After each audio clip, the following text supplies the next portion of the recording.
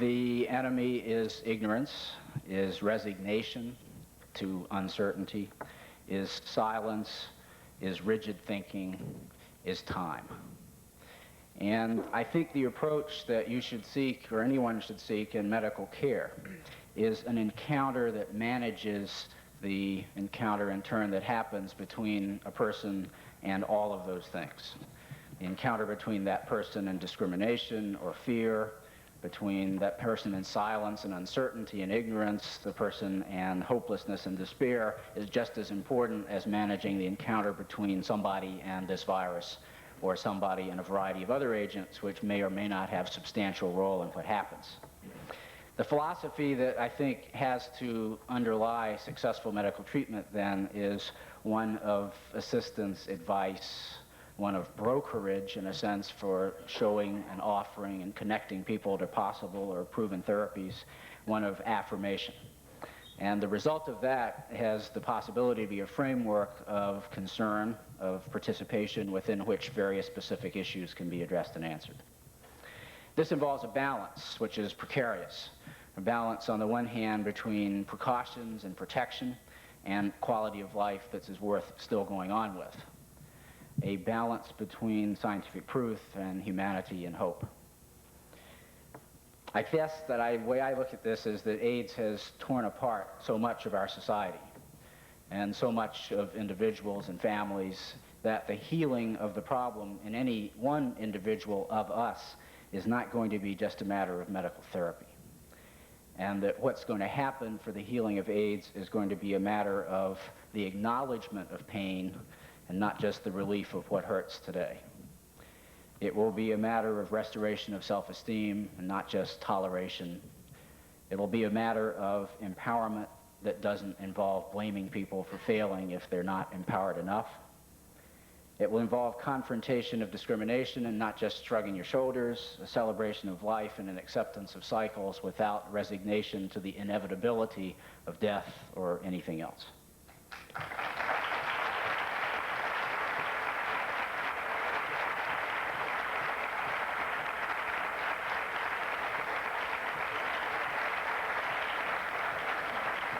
Let me say that I recognize that for that to happen will involve the structure and building of trust between people and a healthcare system that in general has been too long, too silent, too contemplative, too long too inclined to document and not enough inclined to respond.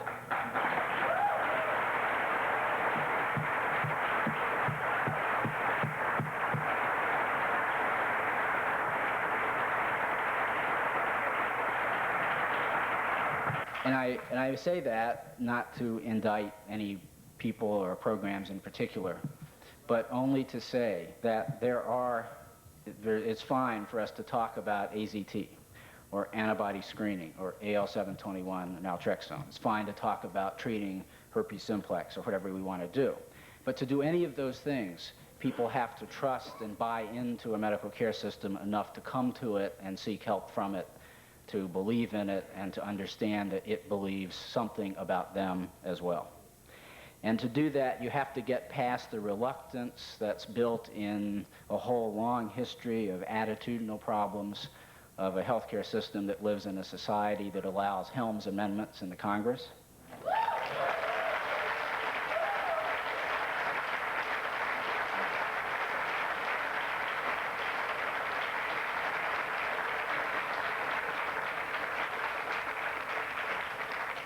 The encounter with that healthcare system will require that the healthcare system be part of the process of preventing discrimination against the people it seeks to care for, that the healthcare system provide information for all of its members. And I think that most physicians aren't so much recalcitrant to take care of people with AIDS as they are unsure what to do, and they need to know.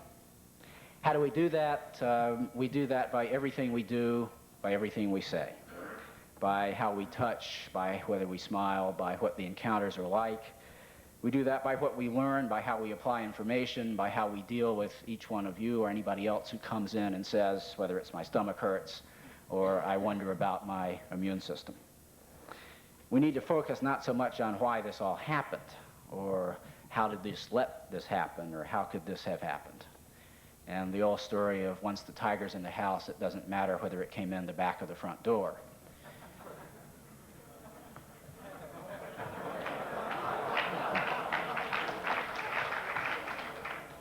Furthermore, once the tiger is in the house, it's worth taking just about any gun available to try to shoot it. Thanks very much.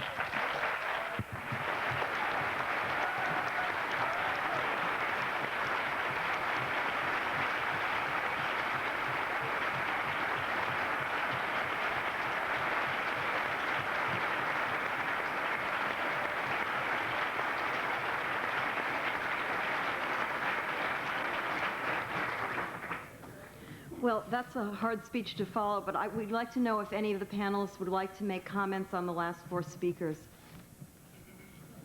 Not on the speakers, on the speeches.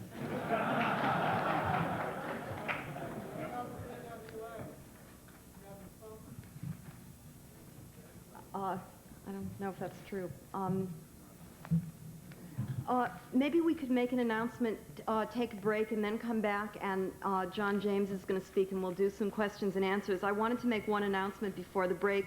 Apparently, people in the other room are having some trouble hearing, and also, of course, some people don't want to leave names and addresses and want to know where they can get a transcript or further information about this presentation. If you look on the handout, you'll see the number of the Columbia Gay Health Advocacy Project. If you wait, I would say a couple of weeks, and then give us a call there. We can tell you how this will be available. Also, Dr. Bihari, I wondered if you could tell people where to write to you for the naltrexone information, because there weren't enough copies of the handout.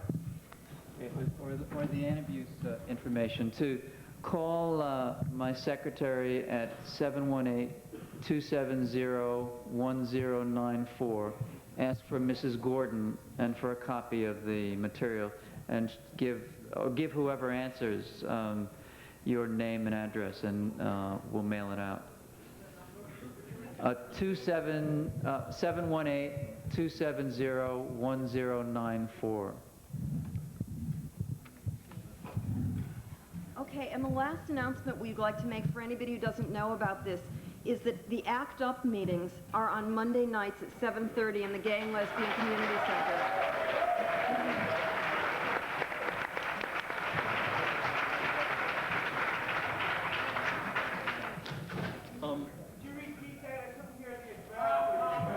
The address is at the Gay and Lesbian Community Center, 208 West 13th Street, just west of 7th Avenue.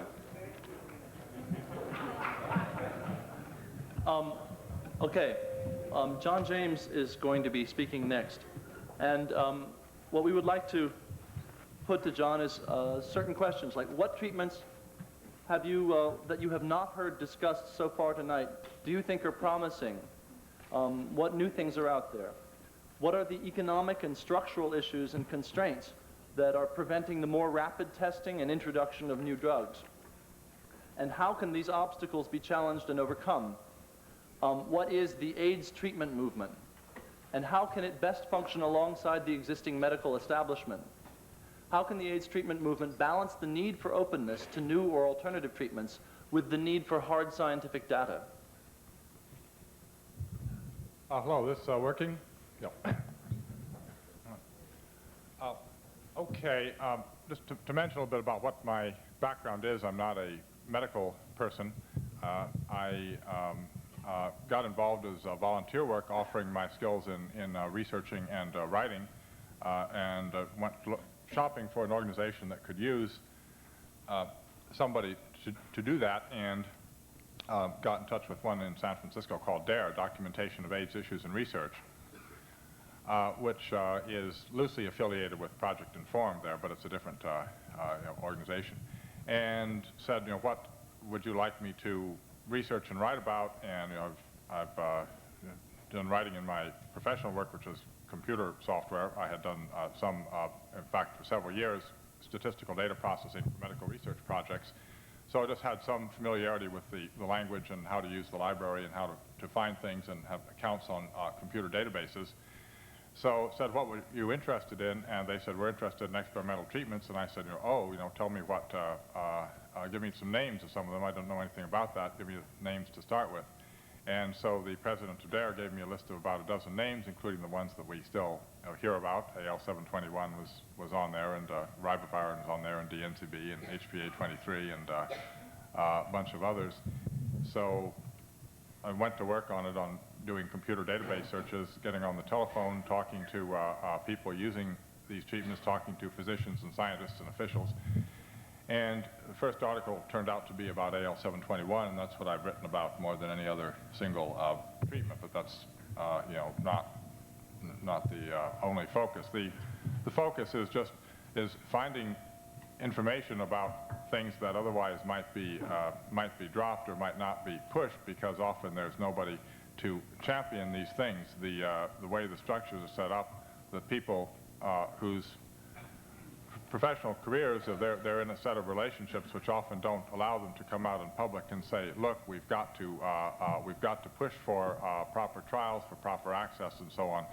That's not a role that physicians are generally encouraged to take, or public officials, or in fact AIDS organizations, who often are funded under contracts which prohibit them from giving out any information about a treatment that's not already approved by the FDA, and now that is AZT, and before it was nothing.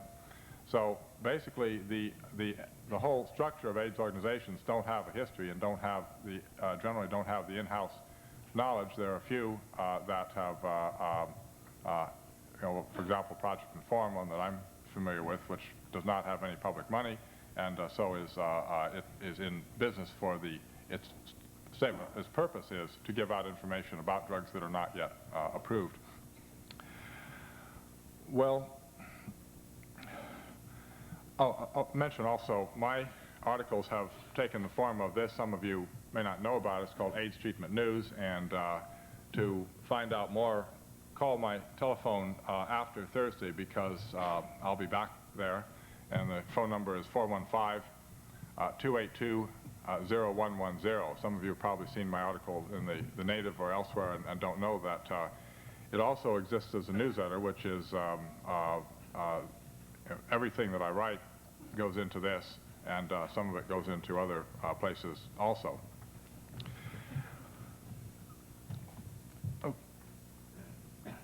Okay, there are other treatments that I consider promising and that haven't been talked about tonight, and I'm inclined not to. I guess I'll list them, but this sort of raises more questions than answers. There's not time to try to even explain what they are, what some of the any of the pros or cons are. I'd like to then go on. I'll just mention them, but I'd like to go on to talk about what our community's response can be to some of the needs that we face.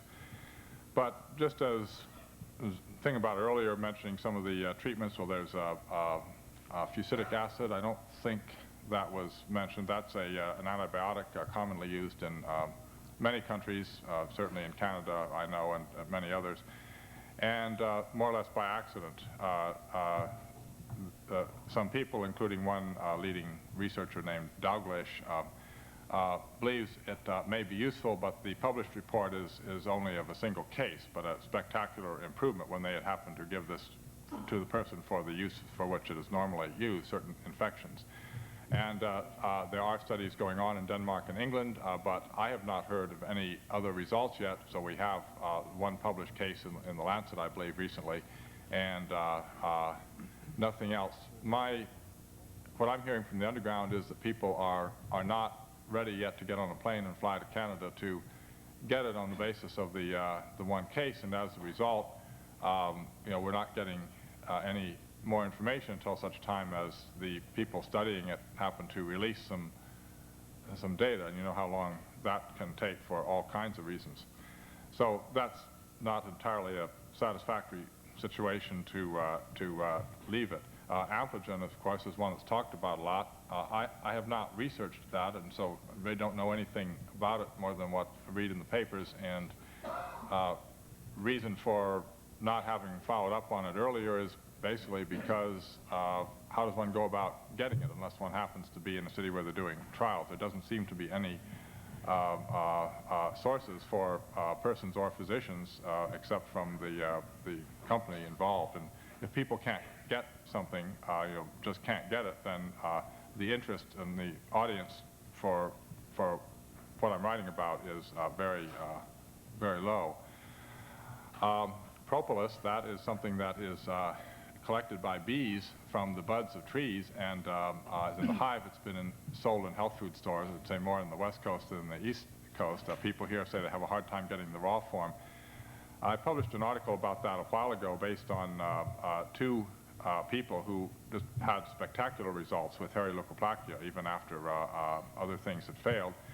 And I've been hearing, on the whole, very good feedback from it from about 12 people, not everybody, but a great majority. It's usually, the feedback I've usually heard is that the hairy leukoplakia is simply gone in 3 or 4 days, and usually doesn't come back, but if it does, a little more of the propolis, they use it and it clears up. I've also heard of people from whom it doesn't seem to be working.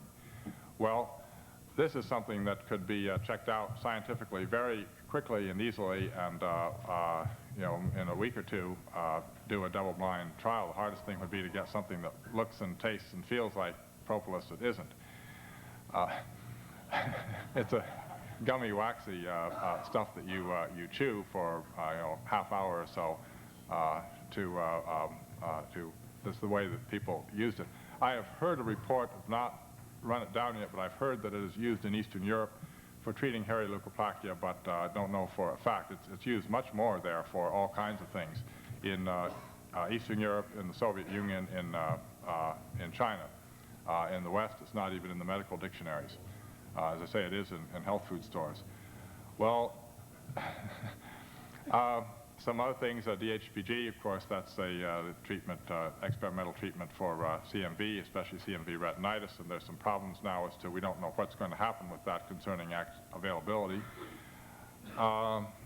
Vitamin C, I talk to lots of people who use it. I don't know, it's quite a controversy. I have not, really done a lot of research on that, just figuring that, well, there's so much being said about it that I'd rather focus on the things that are generally not known as opposed to this, where there's already all kinds of things on both sides. But most of the people who are doing well, who are long-term survivors I talk to, use it, quite a bit of it. Coenzyme Q, there's written an article about that. That's sold in health food stores. Nobody really knows if there's some theoretical basis for thinking that it might be helpful in the immune functioning in general, but basically the research on that stopped in 1981 before the modern immunology, most of it developed. So, we don't have good evidence, but it is apparently entirely harmless. It's used incidentally in Japan. It's a major use as a prescription medicine for certain heart diseases. Here in this country, it's in the health food stores. Another one that is going to appear in my next issue of AIDS Treatment News. There's a physician in California, in fact, a professor at University of Southern California Medical School, who is testing, and now with 12 people, using the killed virus polio vaccine, the Salk vaccine, giving it 3 to 7 times a week for either indefinitely or for some period of time. It turned out that the first person treated this way was the physician's son. 20 years ago was treated for a severe form of leukemia, and after several years of treatment, the remission seemed to be complete. The treatment was stopped. The son is still in perfect, there's no evidence of leukemia. He's in good health. Now he's, as I mentioned, he is trying this with 12 people. He has an approved official study. He's got place for 100 people. He is also recruiting other physicians to work with this study, who, of course, can be anywhere, don't need to be in Southern California.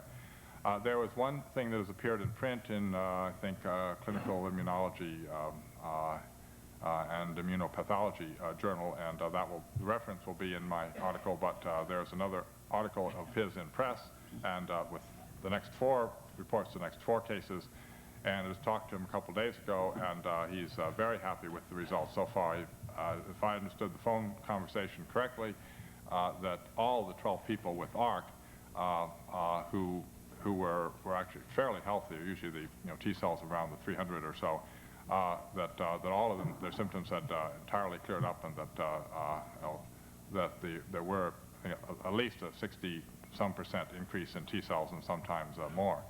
So this is something that needs checking out. It's far from anything sure yet, but if it does work, it's something that is readily available. There are also some safety concerns, and I mentioned them in the article. I'm not the physician or the researcher, but institutionally we don't have the machinery for getting these things checked out. Well, mention garlic. Lots of people who are doing well and survivors just swear by it. I have not looked into it yet. It's one of the things I want to get to, and to research it and do an article. There are some published medical articles on garlic as an antiviral. Not many, I think maybe 2 or 3. And one thing, as strange as it sounds, hearing good reports about wheatgrass juice. Just from knowing a number of people, who say it helps them, there's nothing in the medical literature that I've been able to find of any sort about this. It's been a movement, in certain health food circles, but talk to people people with AIDS or ARC who swear by it. One of the health food stores in the Castro, just has a lot of people around the store most of the time during the day at the counter getting this wheatgrass juice. It's not expensive, and whether it works or not, it's entirely anecdotal. There seems, in this case, I don't know of any theory, although it's possible that there are that there's some unknown substance in it, or probably in other foods too. The theory that's generally going around is that whatever is in there is probably a number of other foods, but this is just a concentrated form of it. Okay, to go on and take these examples as these are the kinds of things that are anything but proven facts, but we have a public emergency, and if there's anything credible for suggesting that something may be helpful, it ought to be thoroughly checked out quickly. Now, one philosophy says, don't do anything until you have double-blind, controlled studies that, typically takes, I think it's about 8 years and $80 million to get a new drug approved through the FDA of all the steps. Now, they say we speed it up for AIDS, and yes, but in fact, the only thing that I'm aware of where that has actually been effective has been AZT, where that was pushed through, and with some say too much haste. Not that it shouldn't have been approved, but that the studies, it is said, could have been conducted more carefully in the same time. But there are many. Oh yes, I should mention also dextran sulfate. There's a lot of interest in that. That's been used in Japan for 20 years for arterial sclerosis, basically, and it seems to be antiviral and seems to work especially well when combined with AZT. There is a study going on now at San Francisco General on that.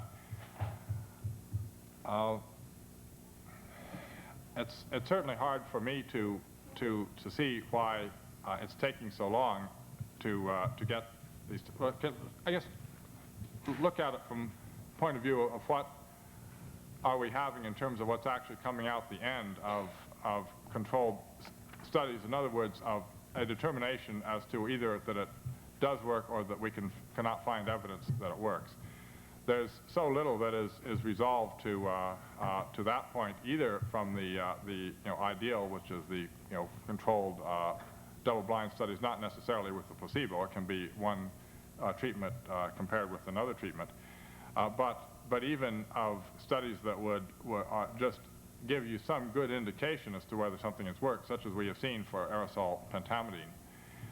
How many treatments have come out the other end to be adjudicated as to whether they are working or not? Not many at all. And it's not my specialty as to understand what the obstacles are. I'm not close enough to it. But what's clearly going on is that we need advocacy, we need lobbying, we need this by organizations that are willing to inform themselves of the details of what is happening with treatments, the details of what is happening with FDA approval, the details of why trials are being delayed. For example, it's hard for me to understand why NIH and other studies have not been able to obtain AL-721. There's a great deal of dissatisfaction with the manufacturer in that case. Thousands of people have used AL-721-like products. I have only heard of one case of suspected food poisoning from bacterial contamination from that, and that was a product that was shipped without refrigeration to a distributor and then shipped without refrigeration again, and is no longer shipped without refrigeration. But it is tested. All these things that are the AL-721-like products are carefully tested by the manufacturer. It's standard tests for bacterial contamination for food. They pass those tests and nothing is found. And why the manufacturer, which has better facilities and more, the patent licensee, which should be more able to do it, has not, I don't know. But see, the problem isn't to cast blame at one company, but to say that as a society, we really ought to be paying more attention to these things as a movement, and of course, needless to say, as a government. So what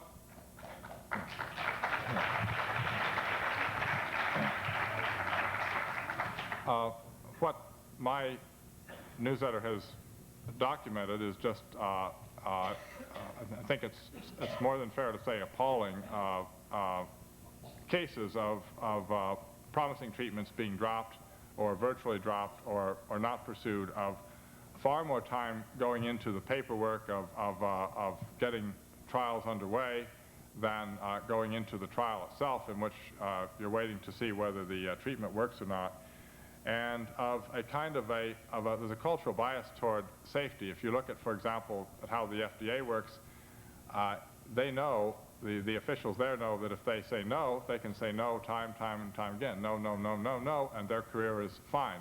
They're protecting the public.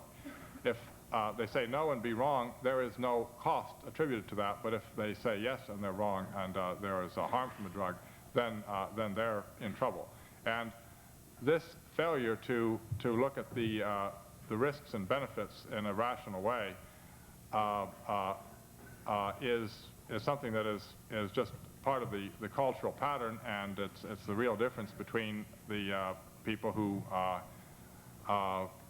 simply have their careers to consider and the people who have their lives to consider as well.